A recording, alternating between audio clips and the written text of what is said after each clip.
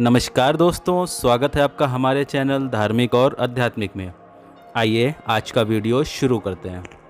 दोस्तों, प्राचीन भारत में सुर, सुरा, सोम और मदिरा आदि का बहुत प्रचलन था। कहते हैं इंद्रदेव की सभा में सुंदरियों के नृत्य के बीच सुर के साथ सुरापान होता था। यह कितना सही है यह बताना तो बहुत मुश्किल है, क्योंकि वेदों में देवताओं द्वारा सोमपान किए जाने की चर्चा बहुत अधिक नहीं है। आइए जानते हैं सुरा, सोम और मदिरा में क्या फ़र्क होता है। सोमरस। सभी देवता लोग सोमरस का सेवन करते थे। इसका प्रमाण ऋग्वेद में मिलता है। ऋग्वेद में लिखा हुआ एक उदाहरण मिलता है कि यह निचोड़ा हुआ शुद्ध दही मिश्रित सोमरस सोमपान की प्रबल इच्छा रखने वाले इंद्रदेव को प्राप्त हो। तथा इसके साथ में ही एक दूसरा उदाहरण का श्लोक मिलता है, शतम व यह शुचिनान शास्त्रम व समाशिराम अदु निम्नम न रियते, अर्थात नीचे की ओर बहते हुए जल के समान प्रवाहित होते सैकड़ों घड़े सोमरस में मिले हुए हजारों घड़े दुग्ध मिलके इंद्रदेव को प्राप्त हो।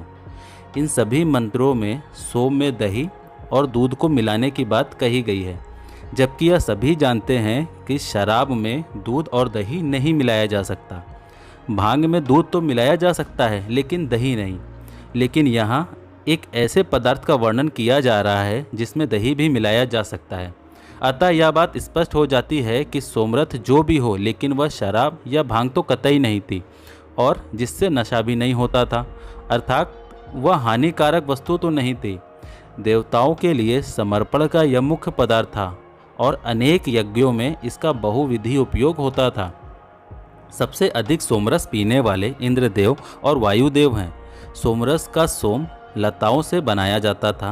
सोम लताएं पर्वत श्रृंखला में पाई जाती हैं। राजस्थान के अर्दुब, उड़ीसा के महेंद्रगिरी, विंध्याचल, मलय आदि अनेक पर्वतीय क्षेत्रों में इनकी लताओं के पाए जाने के जिक्र हैं। कुछ विद्वान मानते हैं कि अफ़गानिस्तान की पहाड़ियों पर ही सोमरस का पौधा पाया जाता है। यह बिना पत्तियों का गहरे बादामी रंग का पौधा होता है। दोस्तों, अब हम सुरापान के बारे में जानते हैं। प्राचीन काल में सुरा एक प्रकार से बियर की तरह होती थी। कहते हैं सुरों द्वारा ग्रहण किए जाने वाली बलवर्धक उल्लासमयी पेय सुरा कहलाई। कुछ देवता सुरापान करते थे। हालांकि कई लोग सुरापान को ही मदिरा सेवन या शराब का सेवन मानते हैं। कई लोग यह भी मानते हैं कि ताड़ी को ही सुरा कहते हैं। ऋतासु पितासो युद्धन्ते दुर्मासो न सुरयाम, अर्थात सुरापान करने या नशीले पदार्थों को पीने वाले अक्सर युद्ध, मारपिटाई या उत्पात मचाया करते हैं। ये अब जानते हैं कि मदिरा क्या है। मदिरा को शराब कह सकते हैं। दैत्य, दानव और राक्षस प्रजाति के लोग अक्सर इसका सेवन करते थे। कहते हैं कि समुद्र मंथन से वरुणी नामक एक मदिरा निकली थी। जल से उत्पन्न होने के कारण उसे वरुणी कहा गया। वरुण का अर्थ होता है जल। यह भी कहा जाता है कि कदम्ब के फलों से बनाई जाने वाली मदिरा को भी वरुणी कहते हैं। कुछ लोग ताल अथवा खजूर से निर्मित मदिरा को वरुणी मानते हैं। ये समुद्र से निकले वृक्ष भी माने जाते हैं। चरक संहिता के अनुसार वरुणी को मदिरा के प्रकार के रूप में बताया गया है। यह छह रोग अर्थात टीबी के उपचार के लिए इसे औषधि के रूप में उपयोग किया जाता है।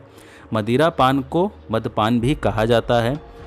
मदिरा को फलों, गन्ने के रस, अनाज आदि को सड़ाकर बनाया जाता है।